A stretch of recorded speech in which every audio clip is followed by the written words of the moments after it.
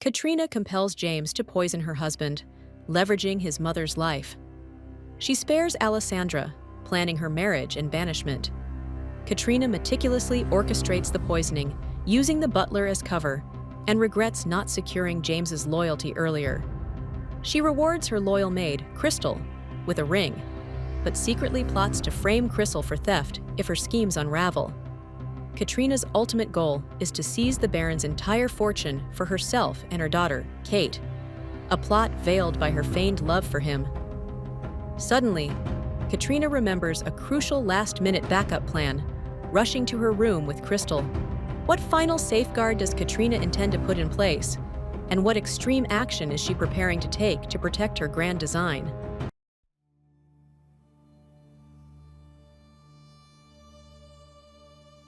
I am too old to be dealing with all of this, Desmond muttered as he waltzed into his bedroom the next day. William made him stay the night to have drinks and brought a few women from the red light district to entertain them.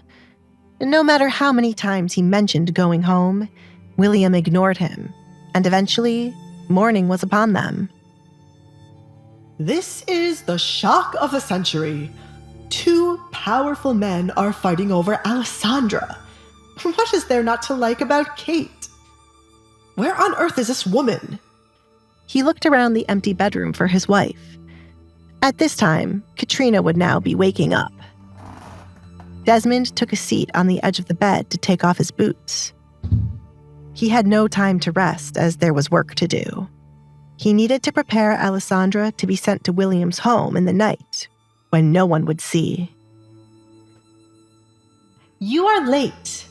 Katrina glared at her husband when her eyes fell on him as she exited the bathroom. Can it even be counted as late when my husband left in a hurry last night and came back in the morning? Were you with a woman? Katrina, do not be ridiculous.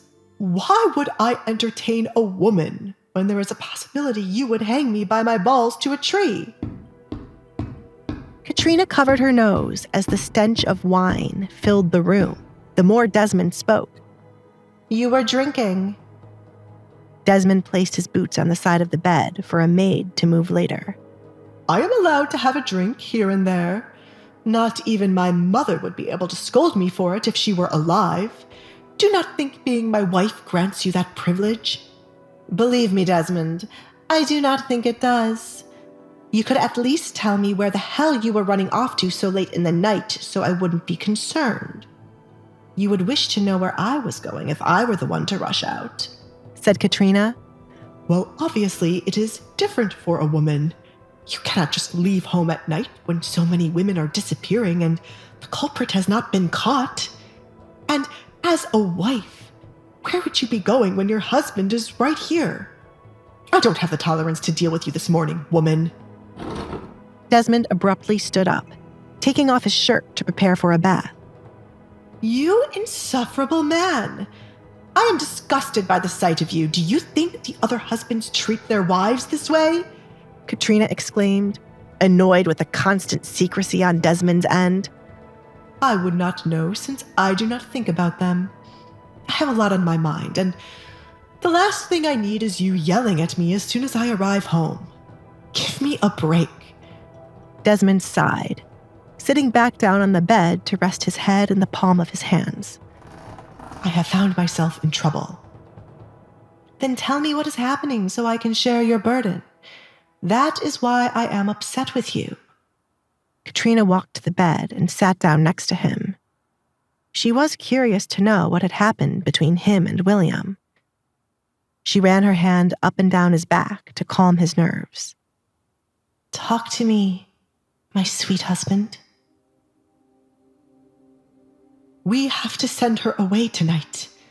Alessandra, I mean.